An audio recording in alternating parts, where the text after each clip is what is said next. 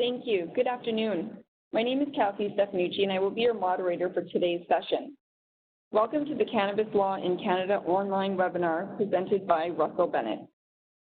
Today's webinar will highlight some of the major developments of cannabis legalization in Canada, the second country in the world to legalize and regulate cannabis. This webinar will have 4 modules and will end with a question and answer period. Module 1 will provide an overview of the Cannabis Act criminal provisions. Module 2 will provide an overview of the Cannabis Act regulatory and licensing provisions. Module 3 will be the hot topic and will provide an overview of the cannabis regulations regarding edibles, extracts, and topicals. And Module 4 will provide an assessment of legalization and its application in the provinces. This webinar will be recorded, and we will be sending out a thank you email along with the PowerPoint slides. At this time, I would like to introduce to you our keynote speaker, Russell Bennett, the founder of Cannabis Law and author of our newly released Canada's Cannabis Act, Annotation and Commentary. Russell Bennett is a cannabis lawyer, filmmaker, and theater professional.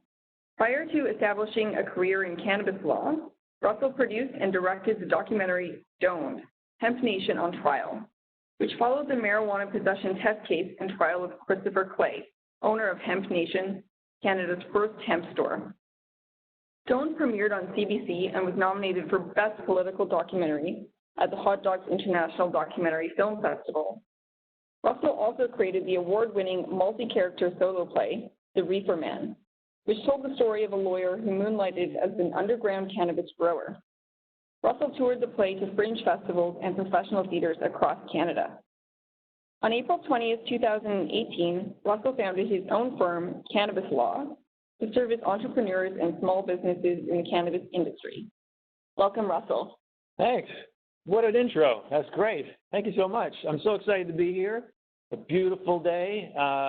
And let's get started with our massive PowerPoint, which everybody's going to be getting a copy of afterwards, right? Yes, correct. Excellent. I've added a few new slides in the last couple of days because of all the news that's been coming down the pipe, and we'll get to that in a bit. But let's start first with the beautiful cover of the book. Thank you, everybody, for signing up and buying a copy of the book. It's so great that we have a Cannabis Act in Canada, and I'm very excited that LexisNexis decided to print a beautiful cover like this. I just wanted to go over the cover. For those who don't know what that is, on the cover, it's actually a cannabis flower. And on the back cover is a macro shot of a leaf. And you can see on the edges of the leaf, there's like these little kind of glass mushroom-like things. And those are the little crystals where all of the, they're called trichomes, where all of the cannabinoids are. And that's what all the fuss is about, really, throughout the decades. So I wrote the book last year, finished it on my birthday, January 1st, which is very exciting. And we published in June. The cover is a shot by a local photographer and graphic artist, Jolie Adele. And the back cover is a photo by Gideon Greenbaum Schinder, who does close-ups of cannabis. And there's a foreword by Justice Paul Burstein, who was one of the lawyers in the Chris Clay case. And he wrote an incredible foreword. And then the introduction is the answer to the question of why did we ever have a cannabis prohibition to begin with, which is a good question to ask. And that's really where I want to begin, Module 1, to give you this little brief overview. But you want to tell us where we're going? Yes, thank you. Let's begin with Module 1, the overview of the Cannabis Act criminal provisions. So Russell will give a brief history of the cannabis prohibition and answer the question, what really is legalization?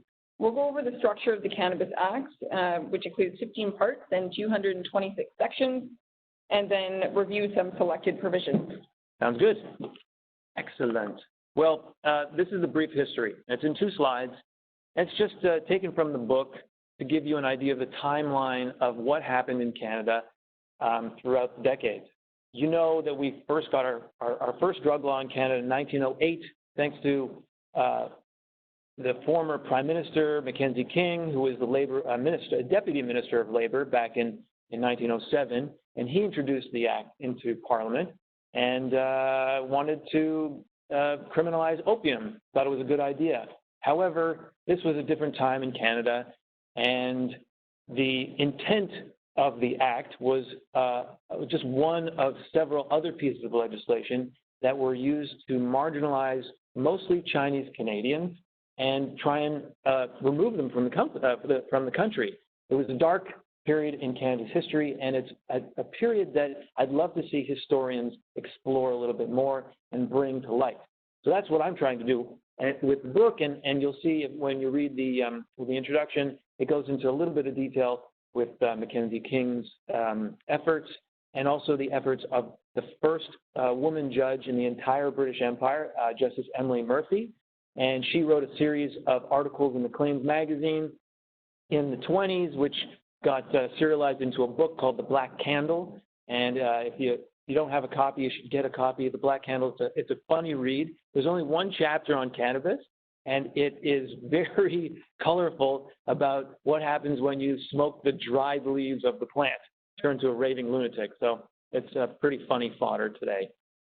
We did get cannabis added in 1923 at a time in Canada where there was very little cannabis in Canada. Actually, people didn't even know what it was, and there was no debate in the House of Commons at all. You can believe it.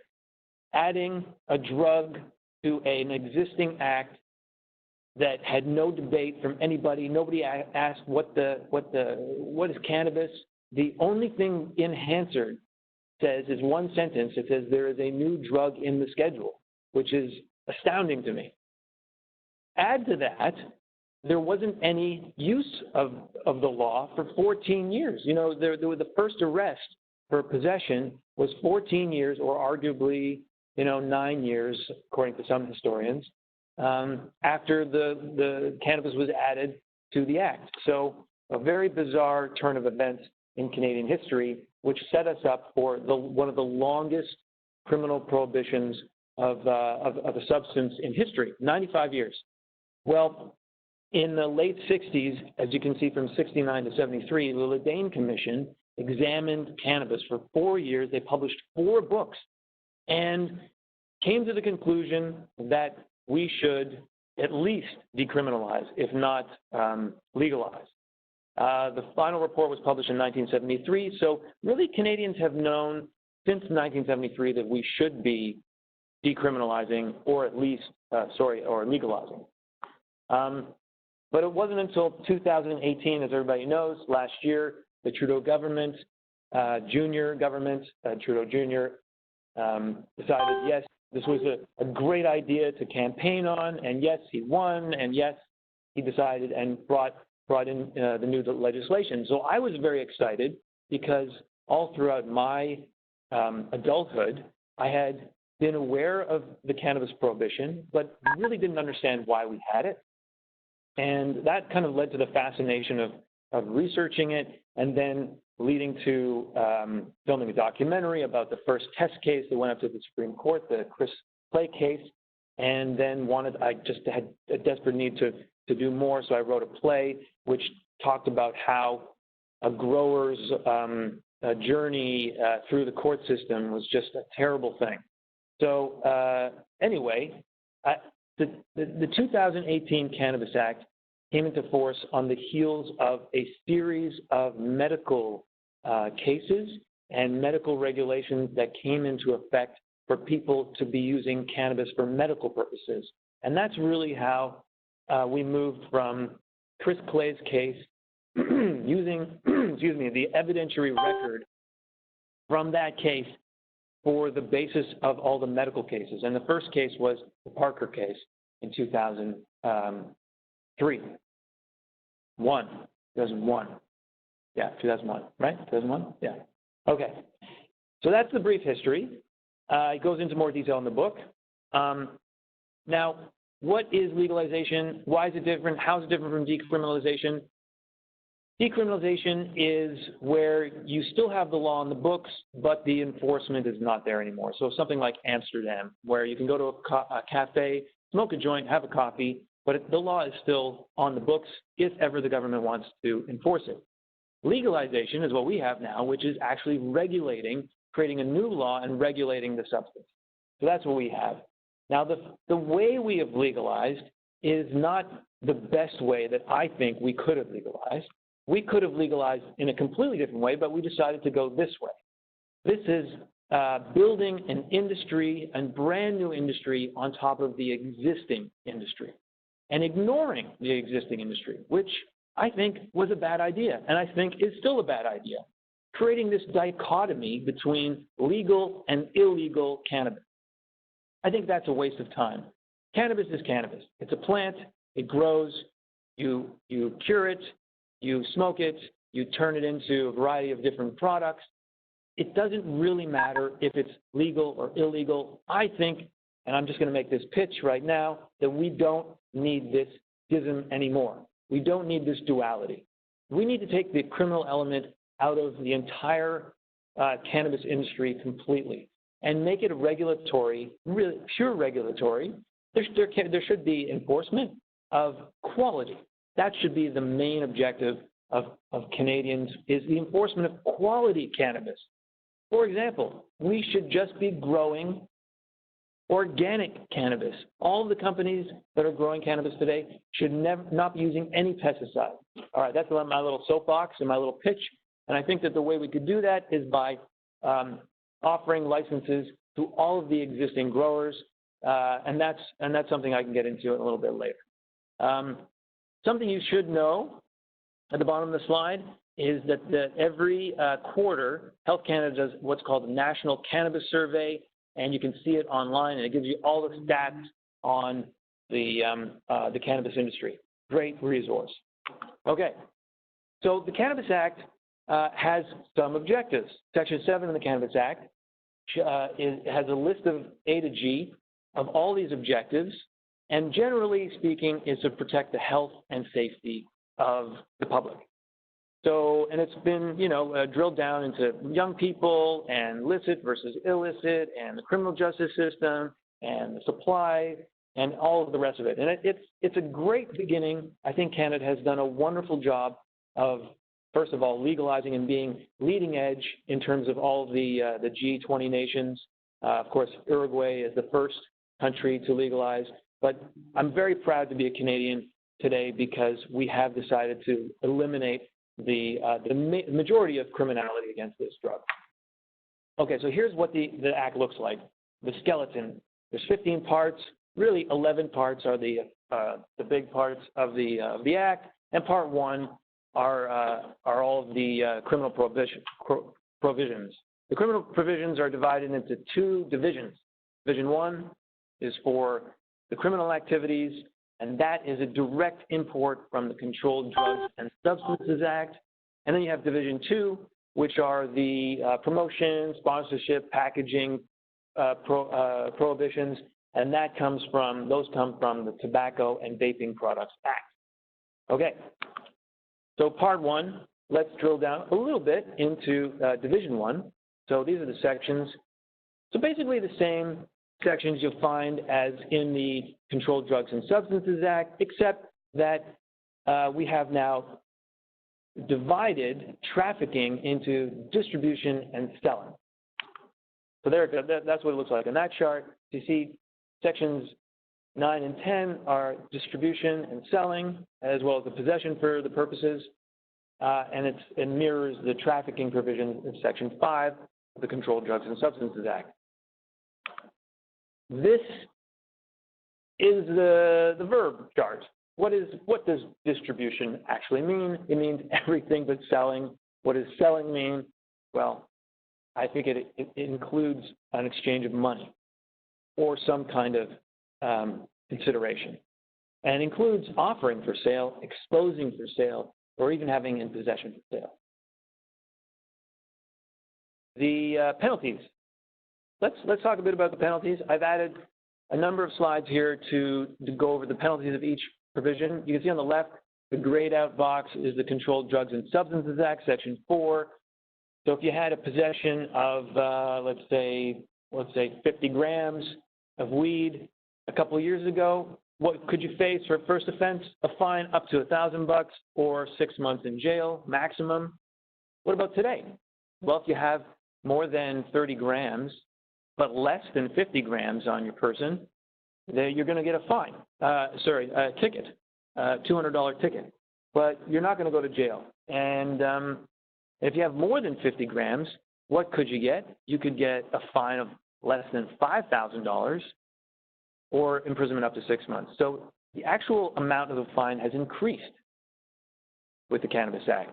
That's something when I first read the act, I just couldn't believe. I was in shock, actually, because I didn't realize that we're just introducing basically a rebranding of the Controlled Drugs and Substances Act. I thought this was going to be a completely new regime, and I was excited that we're heading in that direction. Unfortunately, that's not the case. So you can see from this slide, trafficking on the left under the CDSA was an indictable offense only, but now you've got a hybrid offense for distributing and selling. So you've got that middle chart is the distribution offense, and then the chart on the right is the selling offense. And those are all, the penalties are all divided up into adults, young people, and companies. So if you're an adult, if you're carrying, let's say, 85 grams of weed in your bag, and you're caught in a shopping mall, and you're put in front of a judge, what's the judge going to give you? Well, the judge has the decision of giving you a fine of up to $5,000, or up to 6 months in jail, or both. There you go. And then, so you can read all the rest of those nitty-gritty details of all the different offenses and different amounts in that chart there. It's easy to read. The same for importing and exporting. So under the CDSA, there's also an indictable offense, which has changed now. And of course, we used to have minimum penalties and minimum imprisonment, which is now, that was under the Stephen Harper regime. Fortunately, that's been lifted. So now we have a hybrid offense. You can either get a summary conviction or an indictable offense, depending on what the Crown wants to elect. And similar to distributing and selling, you've got a fine up to $5,000 or 6 months in imprisonment for a summary conviction, or not more than 14 years for an indictable offense for importing and exporting. And then the last penalty section would be under production. This would be growing. So if you're a farmer and you want to grow some weed now, but you don't have a license, these are the penalties you can face.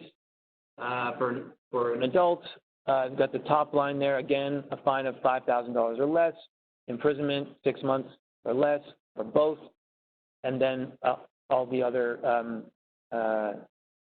different variations are in that chart there. And you can compare it to the Controlled Drugs and Substances Act, which was very dependent on the number of plants you were growing. And then the factors that a judge also had to take into account. Audio's echoing. Oh yeah, so should I turn off a microphone? You want to turn this one off?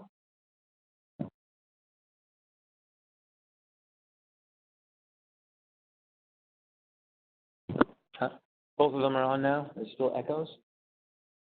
Are we echoing still? Sorry guys, we're just making sure the audio isn't echoing for you. Anyway, all right, let's continue on. So the transition from the Controlled Drugs and Substances Act to the Cannabis Act, how is that going? Well, the first case, R. and Murphy in Newfoundland, gave this first-time offender, 26-year-old, who was had 25 pounds of weed, and he received a suspended sentence and 2 years probation. Now that, I think, is more appropriate. That's just my opinion. But other judges since have decided differently, and I'll show you in the next slide. I just wanted to show you that the first 3 paragraphs are in that little box there, and I just thought it was very good to give you those first 3 paragraphs. When a judge is a little more creative, it's exciting to me. He quotes Emily Murphy and then Bob Dylan, and then says, yes, the times are changing. I don't think, and he's Justice Burrage says the court ought not to slavishly follow the sentencing precedents of that time as if nothing has happened in the interim. The principles of general deterrence and denunciation, while still relevant, have less prominence than prior to legalization. And of course they have less prominence because you have tons and tons of kilograms now being grown legally. How can we say that this is the same as it was under the old regime? However, judges, since the Murphy case, have decided different ways to go. You can see all those cases for different provinces. We've got Newfoundland again, 18 months imprisonment for a 41-year-old family of 4. We've got 90 days or 45 days for, it was a couple that was arrested, 9 months for a mid-level dealer, 12 months for 167 grams of cannabis, 6 months for 30 grams in prison, and then 6 months for a prior conviction who had spent 2 years in prison. And you can compare that, okay, and I mentioned 85 grams because this was the absolute first case reported. I put the Rodney Clayton Felix, you can see that's in red. Most of the type that's in red is a link to a news article, so you can drill down and read further research. Rodney Felix was sentenced to 10 months incarceration in Winnipeg for possessing 85 grams. I think he was the first sentence handed down under the Act. Okay, so now we're moving on to Division 2, the other prohibitions. Other prohibitions are divided into 5 subdivisions. Not sure why Parliament decided to use subdivisions here. They could have just used sections, but I guess they wanted to make it more discrete. So we have promotion in subdivision A, and that's divided like this. Really, section 17 is the most exciting one for me. I really like it. It's right here. You can see that it is not authorized. It is prohibited to promote cannabis, an accessory or a service related to cannabis, including any information about its price or distribution, anywhere near appealing to young people, which is such a broad definition. I don't understand what that definition really means. I mean, I have 3 kids, a 7-year-old, a 4-year-old, and a 9-month-old, and I know that when they're teens, they're going to have a completely different, what is appealing to them at 13 or 15 or 17. So I don't know. It's just so vague. Anyway, that's what that is. That's going to be really hard to interpret. But 17C, pretty clear. You can't have a testimony or an endorsement, and you can't depict a character, an animal. So like Camel cigarettes, can't do a camel.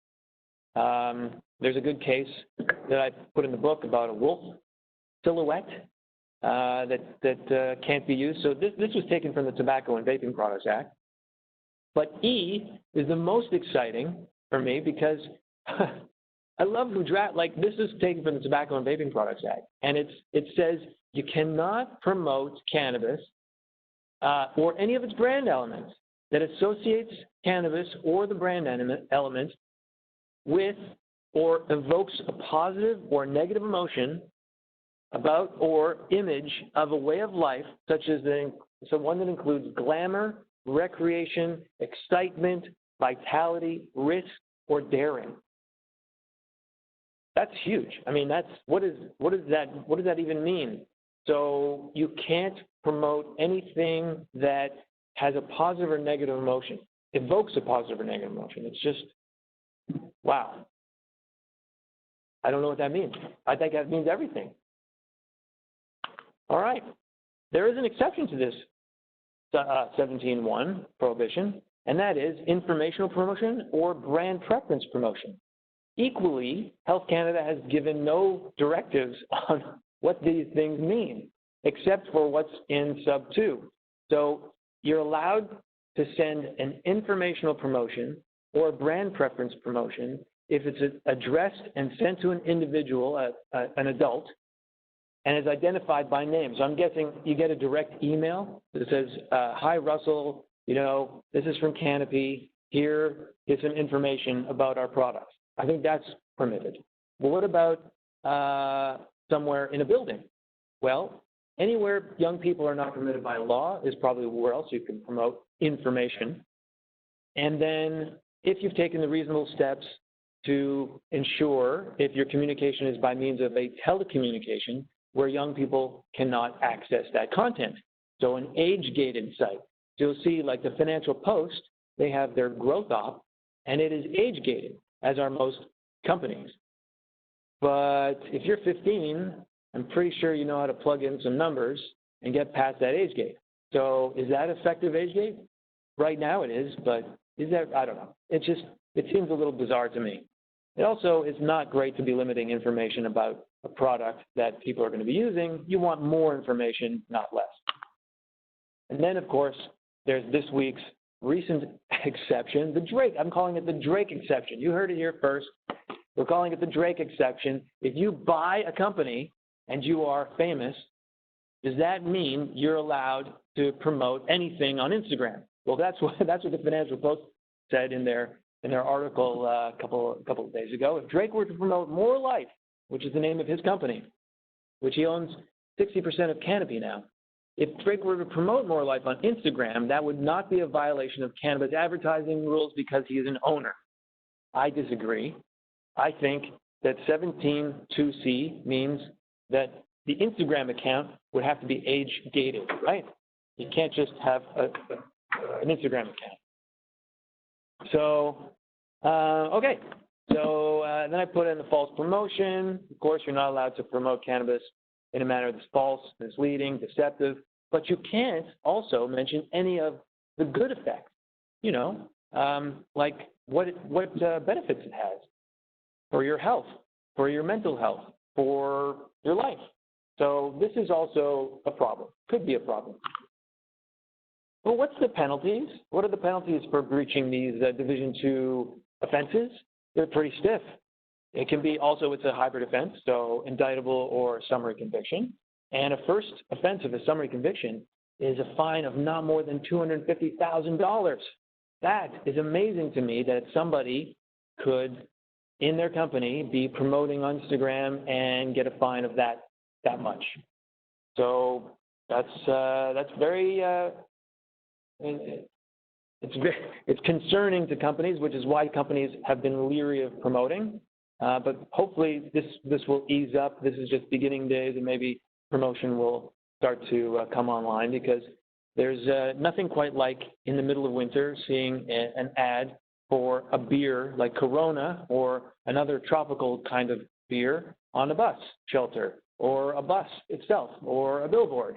And I don't think that it's appropriate for cannabis to be facing the same kind of promotion restrictions as tobacco when we have health benefits from cannabis, but we don't have health benefits from alcohol. So we're in a mixed up era in Canadian substance history. Maybe this will all iron out in a few years. You never know, hopefully.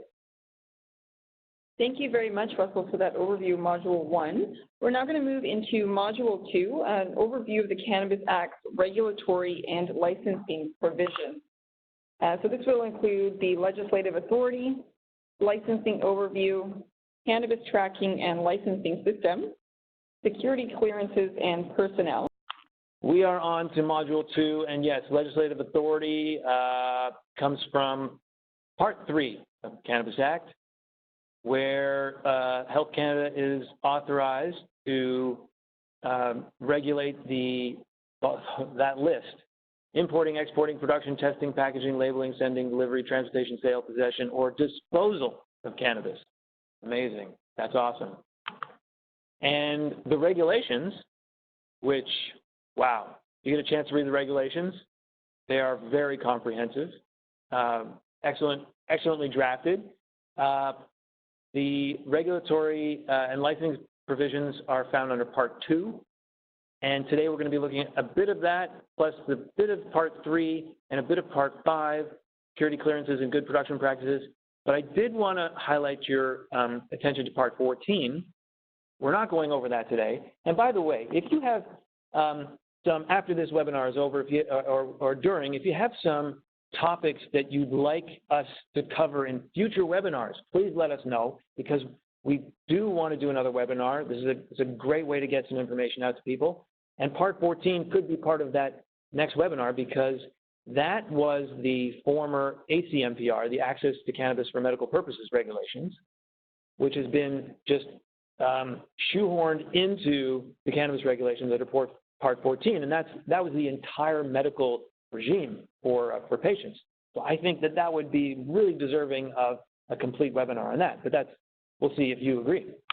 All right, so the Cannabis Regulations under Part 2 of the regulations, Section 1 shows that these are the licenses that you can apply for and obtain. And we have a lot of licenses now. We're like 120, 150, I've lost count, well over 100 licenses across the country for cultivating, similar numbers for processing, and then you can also get a license for testing, for the sale of it, for medical sale. It's actually a license for medical sale, and then a license for research, and then there's a license called the Cannabis Drug License. This is the handy-dandy guide that Health Canada has come out with. There's the link on top of it. Download it for yourself. It is a great guide on how to apply to Health Canada for a license. And in it is a chart that says, okay, well, what do you want to do? For example, on the left, I want to grow cannabis. And then it shows you what kind of license you could get. So if you want to grow a lot of cannabis, then you'd get a standard cultivation license. If you want to grow, a small amount, craft cannabis style, the maximum footprint for the growth area is 200 meters squared or 2,150 square feet. You get a micro cultivation license, and a nursery license is for clones, for starting material, for plants and seeds. That's a great business model for a company. The challenge now, and as many of you know, as of May of this year, Health Canada decided that because there were so many people on the list to get a license, they decided to make it a requirement that you had to have a fully compliant facility built out before you apply for a license. So that eliminated many people from the list, and so becoming a licensed craft cannabis grower became very difficult in this country. I hope that things will change in the upcoming year, because a lot of the growers that were excited to become craft cannabis growers lost the wind in their sails. So there you go. That's the bottom part of the chart. If you want to make products like cream, then you get a processing license. Okay, and you can combine classes of licenses with different activities, and this chart shows you if you get a standard cultivation license on the left there, then the other activities you can also perform under this license are processing, standard processing, sale, analytical testing, and research. So that shows you a great little chart, handy-dandy chart.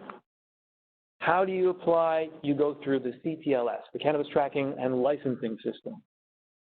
That is also found through their portal, which is the same portal that's used for CRA.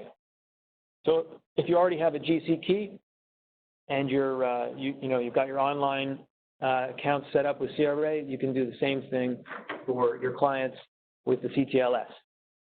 The CTLS is also the system that regulates the movements of cannabis.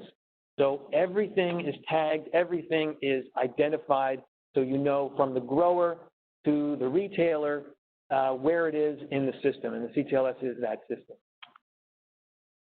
This is the list of required information you need to apply for a license. It's generally speaking, of course, it's a huge application, but these are the general headings. For example, number 7, you have to have a notice to all the local authorities where you want to grow. That's the fire, police, or local government. And then, of course, you have to get everybody who's involved with your company has to get a security clearance, and that's found, the authority is found under Section 67 of the Act and Section 139 of the regulations. Oh, sorry, of the Act as well, and then the regulations Part 3. Part 3 is the list of who must hold a security clearance. We've got that list. Those are the people. The license holder. The responsible person is the person who is the one who knows and knows a lot about the cannabis industry, all the legislation, and is the contact person for Health Canada.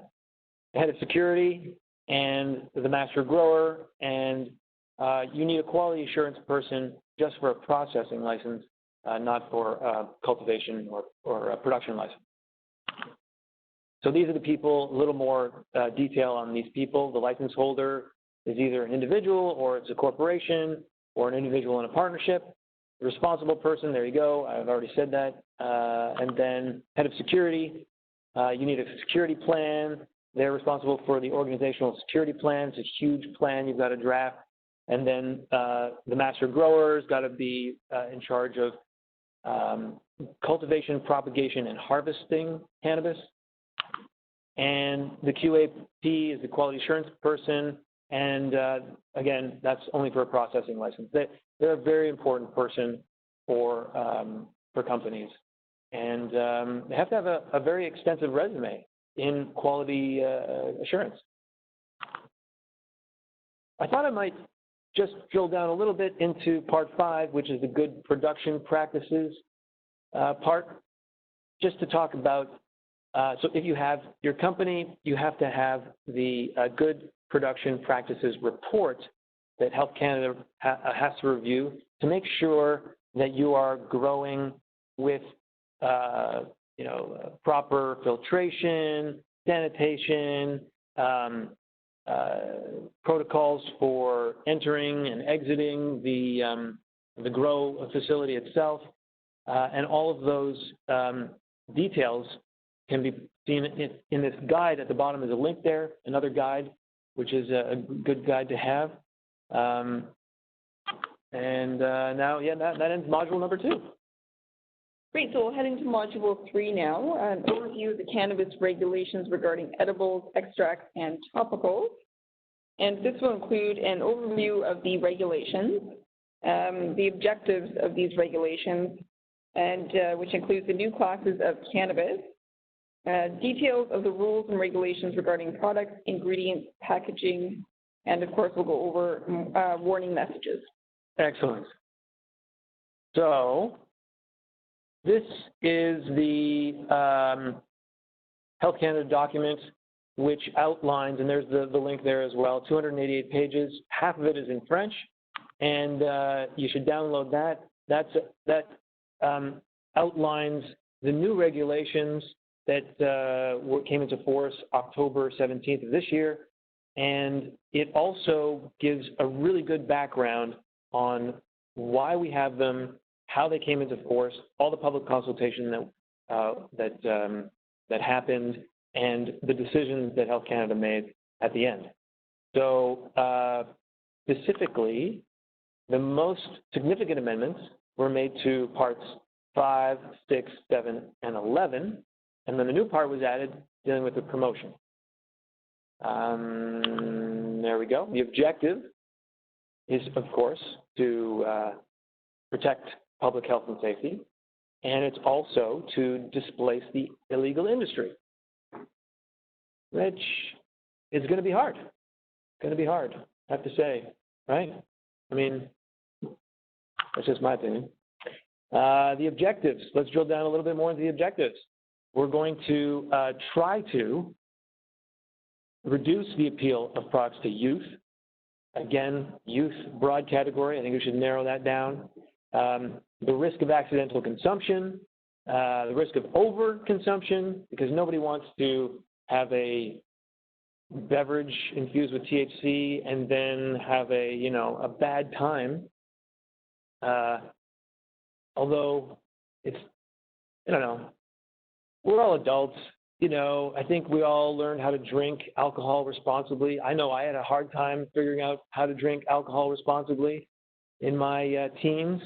Once I figured it out, my 20s maybe. I don't know. I think we're going to go through the same thing with cannabis. I don't think it's as serious as the regulators are making it out to be. I think that we definitely want to reduce the risk of foodborne illness and the risk of associated risks with solvents, carriers, and dilutants. Absolutely, especially with this vaping crisis. A lot of the media is alerting the vaping crisis to THC itself, which is not true. It is the carrier that is used, and so you have to be aware of what carriers are being used in vaping products. A lot of media attention is trying to discredit the illicit industry. I'm not a proponent. I'm not a champion of the illicit industry, but I guess I want to take a step back for a second and just talk about the duality again. That we built this new industry, this new regulated industry, on top of an existing industry, which was identified as a $6 billion industry. So we have hundreds of thousands of people consuming cannabis every year before it was legalized, and not much danger was occurring, right? It wasn't the dangers that we're leading the public to believe are there with illicit cannabis. And so I just want to issue a caution to the cautions that I don't think it's necessary. What would be great is if we decided to give licenses to people who really want to grow, who really want to open up a store, who really are excited and passionate about this industry, and then regulate quality. That would be a really great way to proceed instead of having this criminal statute and criminal focus. Anyway, that said, I think that the regulations that have introduced 3 new classes are good, because we need to have these regulated. We need to have edible cannabis, cannabis extracts, and cannabis topicals regulated. And those new categories were added, and what is being deleted are the edibles containing cannabis and the cannabis concentrates. So to show you, we're also going to be deleting cannabis oil from the schedule. So these are the three new classes. The 3 new classes of cannabis are extracts, topicals, and edibles. And this slide shows you, kind of breaks down the definition a little bit. So you can see when it's referring to item 1 of Schedule 1, I put Schedule 1 at the top corner there. You can see item 1 is dried cannabis, and item 3 is solid containing cannabis. So an extract means a substance produced by subjecting dried cannabis to the extraction, processing, or synthesizing a substance that is identical to a phytocannabinoid produced by or found in a cannabis plant. Or an extract is a substance or a mixture of substances that contains or has on it a substance produced in a manner referred to in paragraph A. So extracting the phytocannabinoids from the actual flower. Topicals are anything you put on your skin, including your hair and your nails, and your beard. So I love good cannabis oil for my beard, and especially in the winter. And then edible cannabis, obviously anything that is intended to be consumed. So we have a lot of illicit edibles happening now. And you can also, you can make your own edibles. You just have to put cannabis in butter, and then there you go. You can make your cookies with it. But that shows you the change from the authorized classes of cannabis from legalization till the first year anniversary, and then the 7 new categories moving forward. So oil will be basically subsumed by extracts. This is a more detailed chart which identifies all of the basic information you need to know about the new regulations. So on the left-hand side, you have the topics, the THC limit, the product rules, the packaging, the labeling, and any other points you need to know. It's really hard to read, so I blew it up in the next 4 slides and added a little bit of extra points along the way. And just to give you, so for edible cannabis, oh yeah, I should just go back. So edible cannabis is on the left column, and then you've got the 2 middle columns are extracts. One is an extract for ingesting, and the other is for inhaling. And then the last column is topicals. So it's all pretty similar, but you can see there's some variations in each. So just to give you an idea of the dose. So Health Canada thinks that having an individual package should have the maximum of 10 milligrams of THC. 10 milligrams, what does that even mean? So let's liken it to a joint, because this is where I came from. You know, you roll a joint, how much THC is in a joint? Well, a flower typically has about 10 to 20% THC, right? And if you're smoking a joint, a big joint, which is a gram of cannabis, that would be between 100 and 200 milligrams of THC. That's a lot of THC, especially for somebody who's never consumed cannabis before. So 10 milligrams of cannabis seems to be, compared to the joint, a small amount of cannabis. But it's still a large amount of cannabis, a large amount of THC. So really, I think the minimum amount should be something like a quarter of that, 2.5 grams, and that's in the advisory, the practice advisories. Health Canada is advising people to start with 2.5 milligrams of THC because you really don't know how it's going to affect you. And you should start low or low and go slow, as the campaign says. You're not allowed to add any vitamins or minerals to your cookies. You're not allowed to add any nicotine or alcohol to your beverages. And you can't, there's limits on caffeine. What are the limits? The maximum limit is 30 milligrams of caffeine. So if you want to make a THC-infused coffee beverage, you know, you pick up at your local retailer, you're not going to get as much caffeine as you do in a cup of coffee, but you'll get a little bit, maybe a third. So it's kind of like a shot of espresso with your THC. Very civilized. Now, you can't put any other ingredients other than food and food additives in your edibles, and the edibles have to be shelf stable. So I added these extra little things here so you can know what those are. If I may, yeah. You just went over the THC limit for edibles, the 10 milligrams of THC per package. Now, will that be distributed evenly throughout the product in the package? So say you had just a little bit of whatever edible it is in the package, would you be likely to assume that you're just going to get a little bit of THC, or how is that going to be done in practice? So let's take like a chocolate bar, right? So the package, the self-enclosed package of the chocolate bar has to contain only 10 milligrams.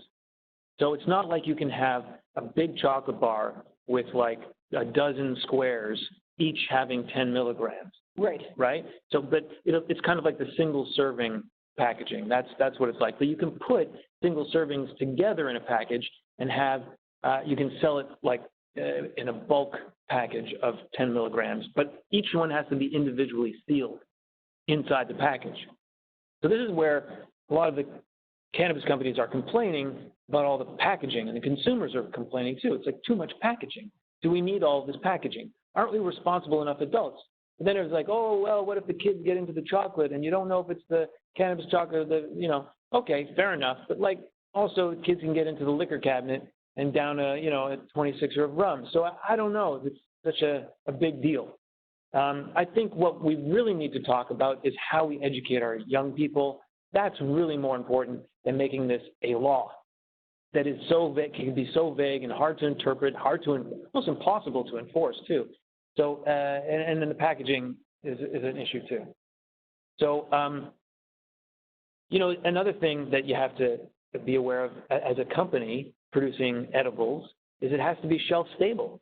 So you can't freeze it. It has to be, shelf stable. So no, so I guess, yeah, and you can't put it in meat. So you can have a sauce, but you can't, you can add THC to a dried meat.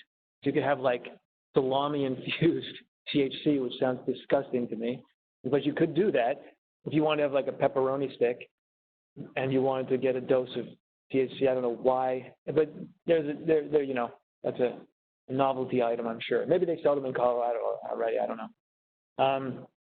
Very important is that the production site to make the edibles has to be separate from any other food production.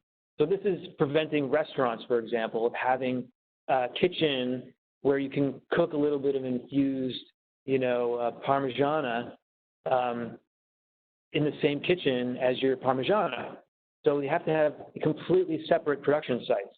And that's to prevent cross-contamination, mislabeling. It's a really good idea, but it's going to be hard for the restaurant industry. And how do we move forward with cooking? If you want to go out on a date, you know, you want to try some infused, I don't know, truffle oil on your pasta. Also, interesting to note is the variability limit.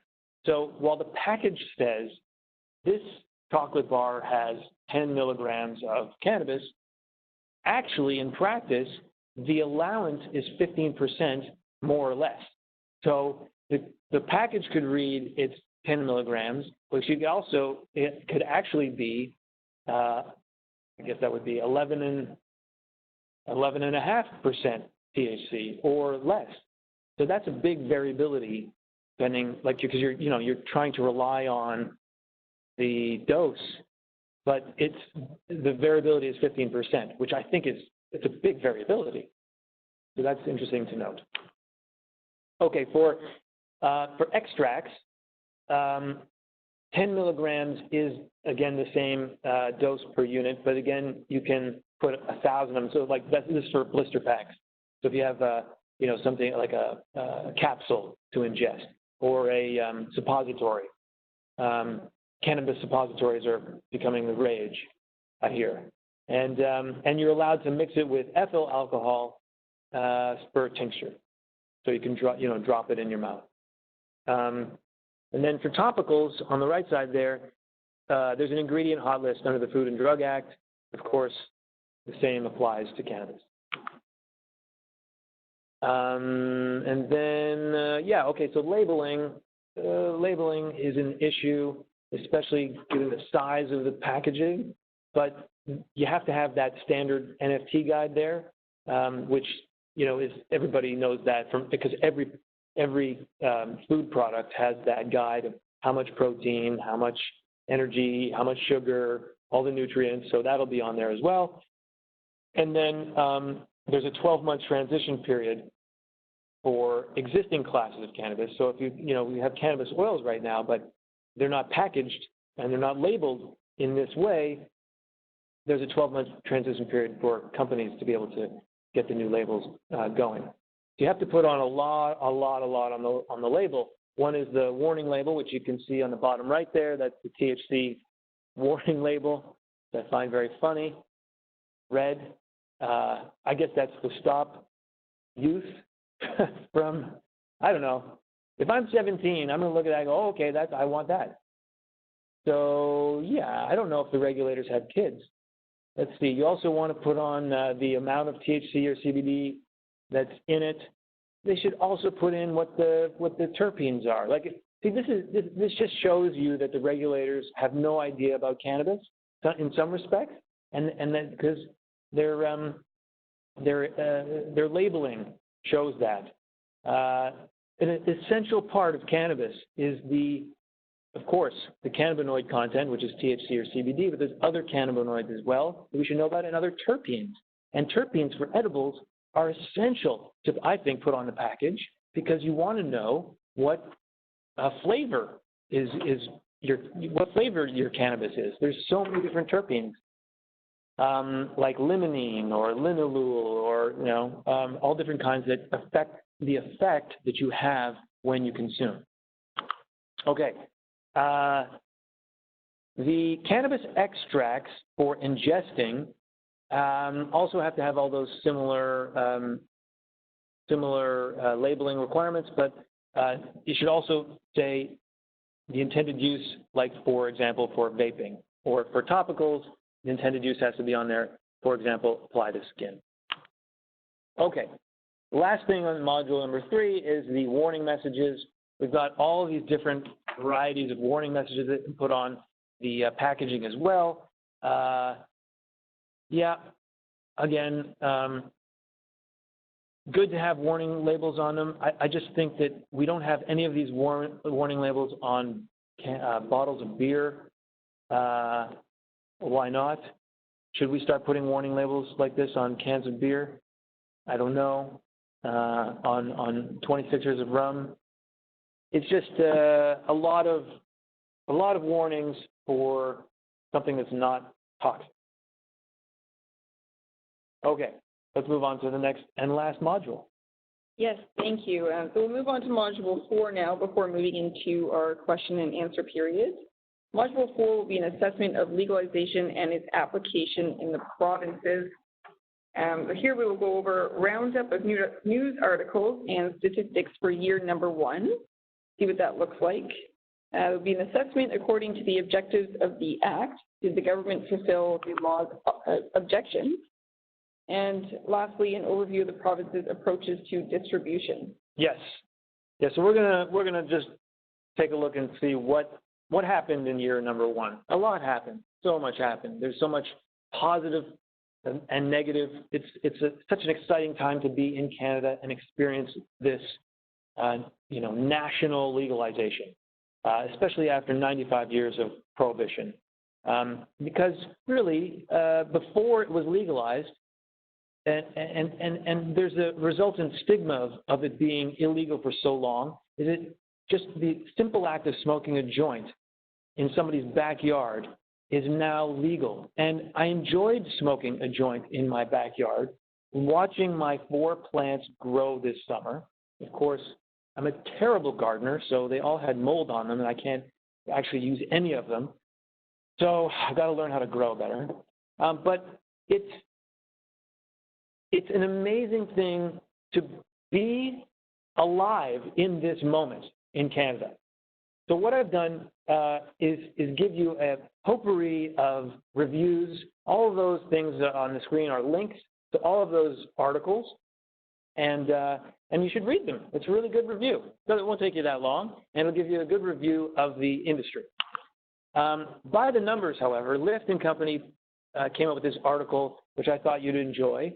And apart from an update from the Financial Post as of this week, all those numbers are still accurate.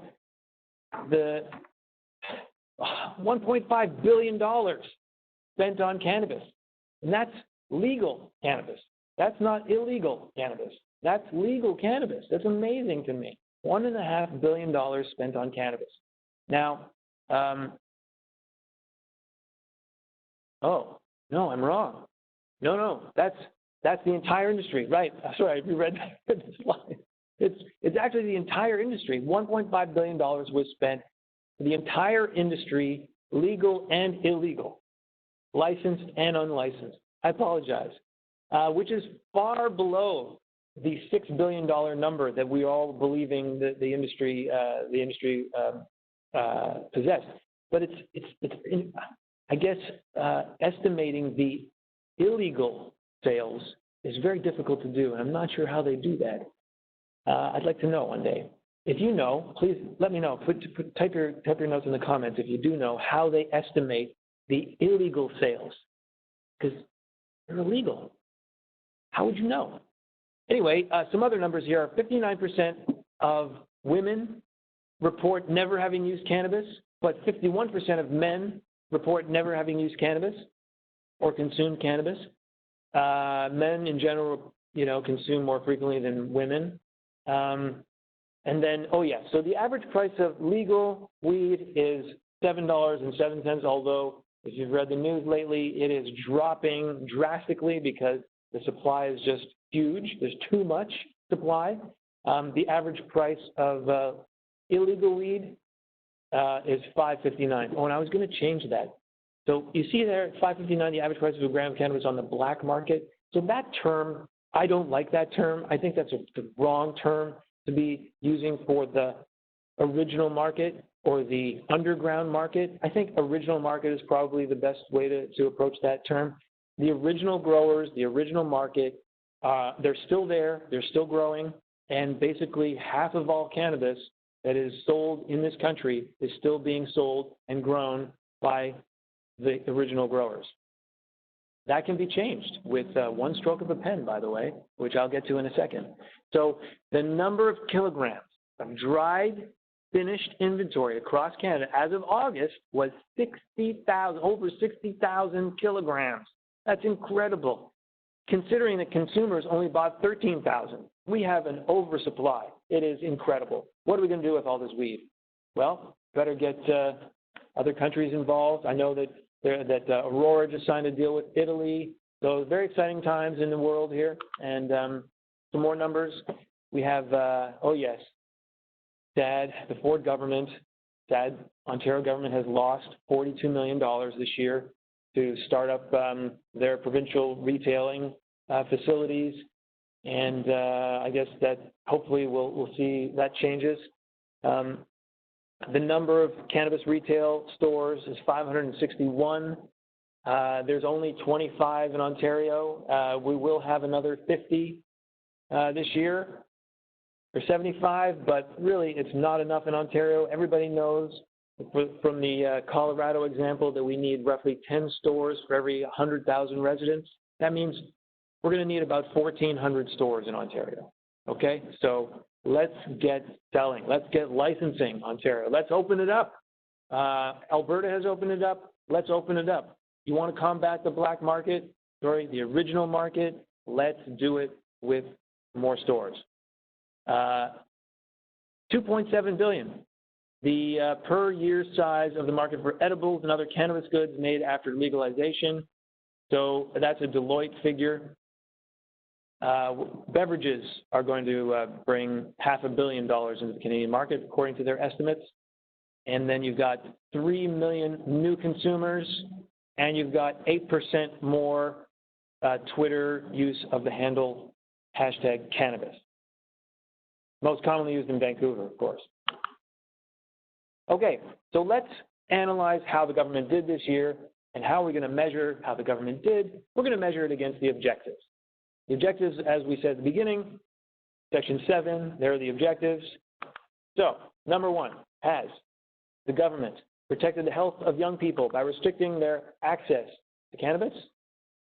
Well, no, not if 50% of all cannabis sold is from the illegal market. That's not good. But really, what are the concerns? My concerns are the duality, as I said at the beginning and throughout this webinar, the duality of the illicit market. Also, the education of our young people. Really, let's be real here for a moment. Last year there's a total of 12,800 opioid-related deaths in a 3-year span. 12,000 people died in this country from opioid overdose.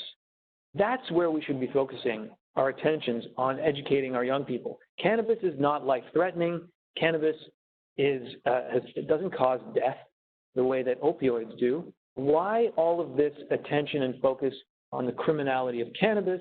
Let's move it to opioids. Let's move our focus and our education to cannabinoids. I really urge you to read Dana Larson's op-ed article in the Georgia Straight, which is a link there in the bottom. That talks about the misstated statistic that there were something like 8,000 deaths attributed or 4,000 deaths attributed to cannabis last year. That is a false study. So read that article. It'll show you why the study was false, and it drills down into some detail. Also, what you could see is Dr. Grinspoon's memoir, Free Refills. He is a physician and a teacher at Harvard Medical School. He himself was addicted to opioids, and he talks about how cannabis can be used as a medicine to help people heal their opioid addiction. Boom. Number 2, Have we accomplished the protection of young people from inducements to use cannabis? Yes, we have, because there's no promotion allowed for cannabis. But really, that leaves everybody in the dark. We don't know who the brands are. I mean, apart from now, we've got Drake cannabis, we had Snoop Dogg cannabis, but really, we need more differentiation in the marketplace. We need to allow companies to advertise, to promote, to be free with their ability to market, just the way alcohol is marketed. Not to mention the medical side of things, which we also need more education on. Number 3, has the government provided for the illicit production of cannabis to reduce illicit activities? Well, yes, they've provided for the illicit production, but have the illicit activities reduced? Yes, a little bit, but not enough, not enough. And there's always going to be a competition with the original market unless quality and price are on par. Has the government, wait a minute, I'm going the wrong way. Has the government, number 4, deterred the illicit activities in relation to cannabis through appropriate sanctions and enforcement measures? No, they haven't.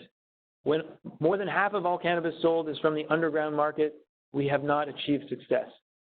But why are we trying to achieve this? Could we please see that cannabis is a plant, whether it's grown with a license or without a license?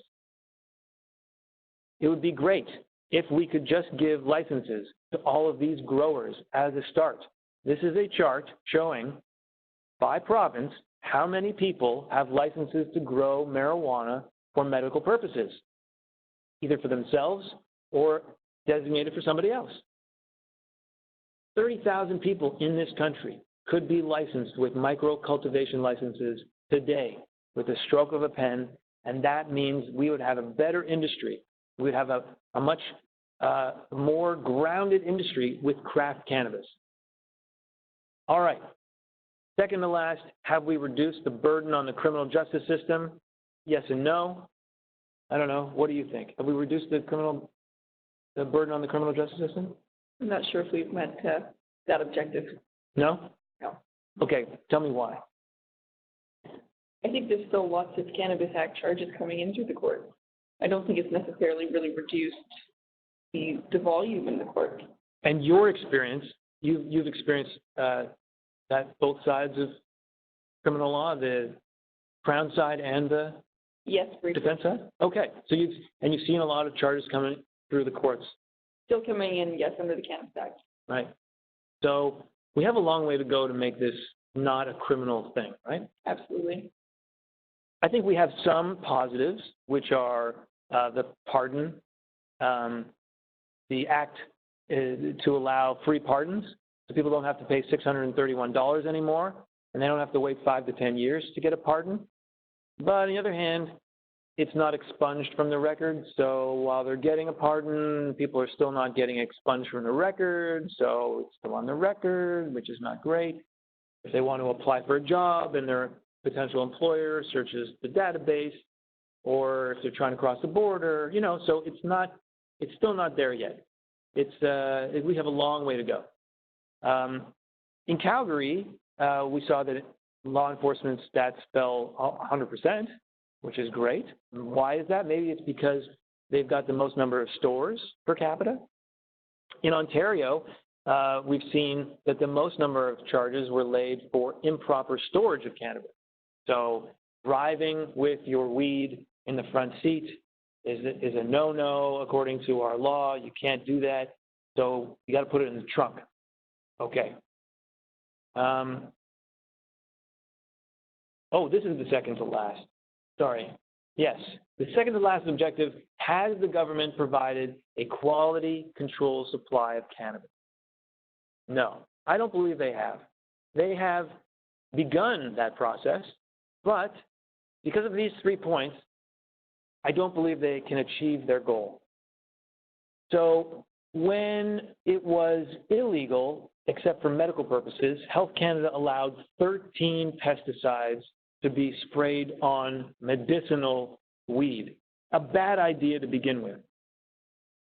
if we're selling cannabis to the public, do you think that pesticides should be sprayed on the medicine? No. But now, Health Canada has approved 96 pesticides. I mean, from 13 2 years ago to 96 pesticides, that's a lot of chemicals that companies can apply to their flowers.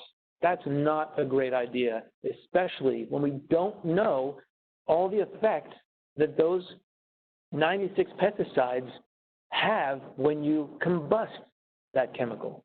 Now, of course, good production practices mandate that you flush the plants, you flush out in the last couple of weeks of the growth cycle of all of the pesticides. But these pesticides are strong chemicals. Are they all out of the weed? And is it good enough flush? Are we checking for pesticide residue? I don't know. I don't think it's good enough. I think what we should be striving for as a country is only growing organic, pure and simple. Second, irradiation. Does anybody know what irradiation is with our food? Yes.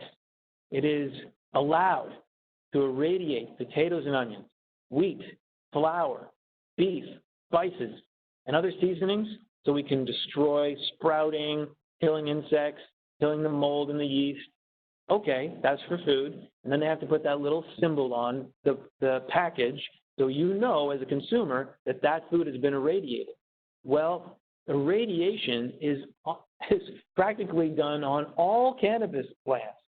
And there's no symbol mandated to put on the packaging. This is terrible in a number of reasons. One is I talked about the cannabinoids and the terpenes, and it's the terpenes that are destroyed when you irradiate. It's kind of like putting something in a microwave, using radiation to kill microbes and yeast and bacteria and mold. And of course, we don't want to be smoking that. We don't want to be ingesting that. But that shouldn't be sold to the public, period. And you shouldn't be allowed to irradiate your weed as a way to sell moldy weed. It's just not a good idea. Third is, of course, the cost. It's more than 57% to buy legal weed than it is to buy illicit weed. That's crazy. And why do we have an excise tax on cannabis when it's also used as a medicine? It's such a bad idea. And that's a little excise stamp that all the companies have to put on their products, the same as we do with packs of cigarettes. Terrible idea. We should eliminate the excise tax off of cannabis completely, immediately. Okay. This is the excise tax chart showing you how much extra companies have to add to the price. And the adjustment rates are on the right, so you can see in Nineveh, you have to add almost 20% excise tax. That's insane. Okay, last objective is enhancing public awareness. Has the government achieved that? Yes, somewhat. They've achieved it through their online information. You can search health effects or health risks, and you're going to get some videos from the Government of Canada. Some are, they could use a little bit of improvement on the videos, but it's there. They've got some fact sheets. What they should do is update their studies, though. So they're relying on a 2016 study for the health effects for youth instead of the 2018 study, which tested over 2,000 adolescents using cannabis and saw that there was no cognitive deficits or substantially diminished cognitive deficits after abstaining from cannabis for 3 days. So if you're under 20, right now the news is don't use cannabis at all. It's going to impair your brain function and your brain development. Well, this study says that's not true. If you stop using cannabis for 3 days, your brain function and your development goes back to normal. So that is a misnomer. Okay, now we're going to examine the provinces. This chart was very labor intensive to put together for you. I hope you enjoy it. Those are links. Those red text are links to all of the provincial regulators and the distributors each province has its own distribution regime, and the provincial acts are all listed on the top there, from the Yukon, Northwest Territories, Nunavut, BC, Alberta, Saskatchewan, Manitoba, Ontario, Quebec, New Brunswick, Nova Scotia, PEI, and Newfoundland. Amazing. Everyone has their own way of selling it. You can see it's either public or private. So, for example, Ontario has a public-private model, and now, as of this new budget, just came out that Ontario will allow private cannabis retailers, you can see the note at the bottom there, to sell their products online or by phone for in-store pickup. And they're also going to allow licensed producers to have a retail store at their production facilities as they promised in their election promises. This is great. Finally going to happen, which is a great thing for the companies. I should note that Saskatchewan is the only province that has just private stores and not provincial distributor. And anything else from this slide I should note? Oh yes, in Nunavut, you're buying your weed from Tweed. Okay, and this is the bottom half of the slide, the bottom half of the chart. You can consume cannabis everywhere in Canada at the age of 19. In Alberta, you can be 1 year younger. And then in Quebec, as of the new year, sorry, but you have to wait till you're 21. That's very funny to me. And then, of course, in Quebec, their legislation banned growing plants in your house. But Murray Hall decided that was a bad idea, and so he challenged the government and won. And so as of the fall, you're allowed to grow 4 plants. We don't know if the Attorney General of Quebec is appealing or not, so we'll keep you posted. And the only other province in Canada where you cannot grow 4 plants is, sadly, Manitoba. Well, we have come a long way, baby, and I can't believe that was an actual advertisement. I took that from the web to show that that was the advertising of tobacco, which we can't even do with cannabis. Would we want to do it like that with cannabis? I don't know. That shows glamour, I think. Does that show glamour, excitement? I think so. Vitality. She looks happy with her cigarette, but there is so much more to do. And now let's go to some questions. Great. So I'll start this off with some questions here. First one, I know you had talked quite a bit about difference between licit and illicit cannabis. So how would a police officer know if someone is in possession of illicit cannabis? In terms of, I guess, say there's no packaging or nothing making it very clear that it is illicit cannabis that this person is in possession of, because obviously that is an element to a possession offense. Yes. How are they going to know? They're Exactly. not. They're not going to know. Because, I mean, look, cannabis is cannabis, right? It's this little dried flower.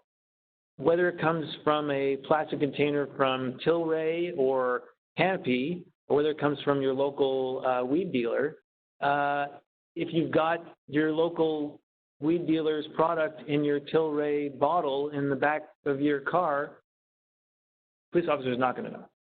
Not going to know. The only way they're really going to know is if it's obvious, like it's in a baggie. But even then, you could say, well, look, I put it in a baggie because this is how I carry my cannabis. Right. So it's going to be very difficult. So we're not sure how that's really going to play out. We're not sure how it's going to play out, exactly. Okay, interesting. Yeah. Thank you. Okay.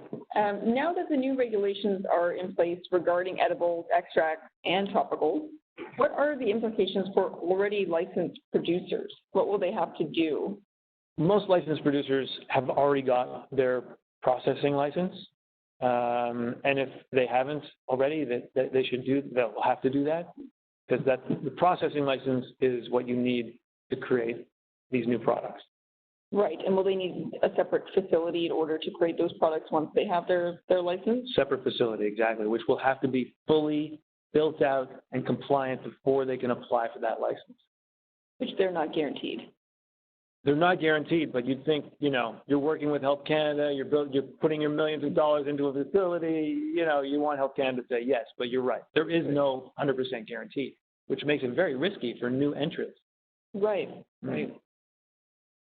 Okay, and so have police search powers changed in relation to the Cannabis Act? And if they have, how have those powers changed? Okay, so police powers, right? So police are, there's federal police, there's provincial police, there's municipal police, right? Different levels of police. So under the Act, what I should do is go back to the, you know what I'll do? I'll exit this for a second. Go back to that slide so everybody can see the breakdown of the Act. Here it is. This one. Okay. So, so you can see search warrant is under Part 8, right? And in order to search, you have to have reasonable grounds to obtain a search warrant. Right. Right? Okay. So that's really the same as the Controlled Drugs and Substances Act. And you're also able to enter a premises without a warrant if there's what's called exigent, how do you say that? Exigent. If there's exigent, still didn't get it, circumstances, if they exist, to make it impossible or impracticable to get one. So you have to show, the Crown would have to show that the entry was urgent, it was compelled by urgency, it was to preserve evidence, or it was to protect officers or the public. So that's another way. But then you have the Ontario Act, right? So, and the Ontario Act is the Ontario Cannabis Control Act, 2017. And so there's a joint forces enforcement team called PJFCET, the Provincial Joint Forces Cannabis Enforcement Team. Wow. And so these officers go around the province and they're arresting people who are selling and growing without licenses, right? And they are allowed to enter a premises without a warrant if they have reasonable grounds to believe that there's cannabis in the site. And that includes vehicles, like boats or vehicles or, So, and they can also arrest without a warrant as well. Yowza. Okay. Wow. Yeah, there you go. Thank you. Okay. Can we talk a little bit about the ticketing regime? You had mentioned this briefly in Module 1. If someone is in possession of between 30 and 50 grams of dried cannabis. How is this practically playing out in the courts? Are these ticketable offenses considered criminal? And would someone who receives a ticket for cannabis possession over 30 grams of legal cannabis, would they face the possibility of a criminal record? Unlikely. No, I don't think so. This is also something I really don't know. I think that I've spoken to a number of Crown Counsel, and their answer has been depending on the police database. So it's like when you get a ticket. So say you have 50 grams in your bag, and you get pulled over, and you're arrested. You get a ticket, it's $200. People are saying, oh, it's like getting a speeding ticket. But it remains on your record, right? So, right. So it's not a criminal offense, but it remains on your record. So, yeah, so you're searchable. So the fact that you were carrying 50 grams of weed in your bag is now searchable on police database. Wow, so that can have implications for people. It could, yeah. It could. Yeah. Okay. And in your view and review of the case law, which we saw a little bit about in the slides in Module 1, put that back up here, yeah. The sentencing of cannabis offenses changed as a result of the Cannabis Act. Yes, absolutely, because of Murphy, right? Murphy is the first one. Definitely there's a lessening of concern. It's not as essential for judges to focus on deterrence and denunciation, and we're not back where we were. And it's going to be a transition period, and this transition period we're starting to see, because these are the cases noted up from Murphy, but we're starting to see that it's not as offensive, or it's not as it's not as harsh as it was under the Controlled Drugs and Substances Act, and nor should it be. Right, but people are still receiving criminal records. Oh yeah, absolutely. All right, and moving to the next question sent from a participant.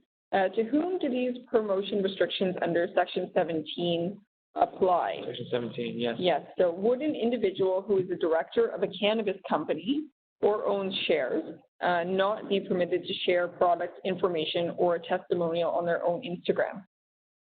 Oh, okay. So, yeah, you're not. So, if you buy some weed from Tweed, so to speak, if you have that on your Instagram, you say, "Oh man, this is great weed," so you're providing your own testimonial for Tweed weed. That seems to be allowed. If you're, say, a director of that company? If you're a director of the company, definitely not. Okay. Right? Because it's all about promoting sales, I think. If you're just a general public, right. If you own shares? Own shares, or if you're the director. Well, that's different. So if you're a director of a cannabis company, it's different from owning shares. Okay, so if you're a director of a cannabis company, definitely Section 17 applies to you. Okay? Out and out, you're not allowed to promote, except for this exemption, the informational promotion or brand preference promotion, right? Even if that's on your own personal social media account. If you're a director, it's on your own personal. Yeah. So this is a good question, right? Who knows? I don't know. I would say don't do it out of pure caution, because the fines potentially could ruin you. Right. Right? Or the hassle could ruin you. But if you're a shareholder, you own a few shares or a few hundred shares in a company, and you're promoting, but it's your own. That's a very difficult question. I really don't know the answer to that. I would say don't do it, but then again, you're not a majority shareholder unless you're Drake, and so can Drake promote? He could say his own weed is great. Can he or can't he? No. I mean, so this is the ambiguity of this provision 17. Like, is it in? And then you're going to drill down, right? Is Drake going to be promoting on his Instagram information? And is it age gated? Because he can promote it age gated, right? If it's information, or if it's brand preference. We don't even know what brand preference means either. There's nothing that defines it in the Act, and there's nothing that defines it in practice. Case law doesn't even turn to brand preference promotion. So yes, we're kind of in the dark here. Okay, great. Thank you very much. At this time, we will conclude the webinar. Thank you. Great. Thank you very much, Russell. Thank you. You have provided us with a very comprehensive overview of the legalization of cannabis in Canada. As everyone can see, it's quite substantive. And to all participants, thank you very much for attending today's online webinar. If you are interested in receiving more guidance from Russell, please do find his contact details on your screen and in the PowerPoint presentation that we will be sending out. And if anyone has sent in questions that we have not got the opportunity to answer, Russell will answer them offline, and we will send out the document along with the PowerPoint slides so that everyone can see the answer to those questions. Thank you very much. Thank you.